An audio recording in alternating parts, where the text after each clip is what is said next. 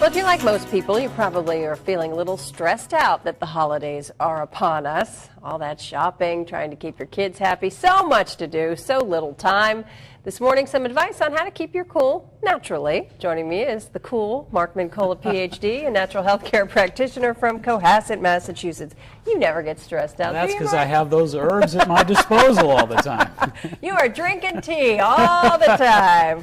All right, when you're talking about stressed out, you mean stress of the holidays, not deep problems. We're not talking about medical conditions or psychological conditions. We're talking about that temporary stressful hit that we take this time of year. This is your mother-in-law's coming for 5 days. I'm not going to answer that. Okay, so what do? You have some remedies here. Well, there's some really good herbal remedies, and I think they're time-tested. Some are actually tested pretty extensively in the world of science. Tulsi tea has been studied extensively, and it's a really terrific moderator or mediator for our cortisol levels. And cortisol basically is a stress hormone.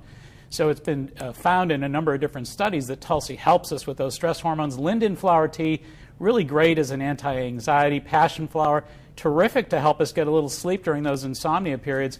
Motherwort, also a great tension breaker, as is lemon balm. So I think these are all really terrific, over-the-counter safe herbs that we can make use of during periods of temporary stress. What is a tincture?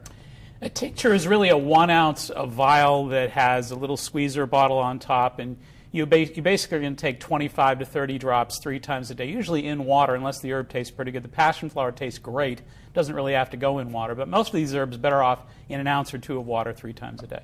And do all of them taste good, or are there some of these that are not pleasant? Well, I think, to be honest with you... That may add to my stress. Add to your stress. Well, the Tulsi tea, for example, is very neutral tasting. And I think if you add a little bit of honey to it, of course, that'll change everything. But for the most part, these want to be taken with water. They've got great medicinal effects. They may not be the greatest tasting. Lemon balm tincture does sound good, though. That does taste pretty good. That's one of those herbs that tastes pretty nice.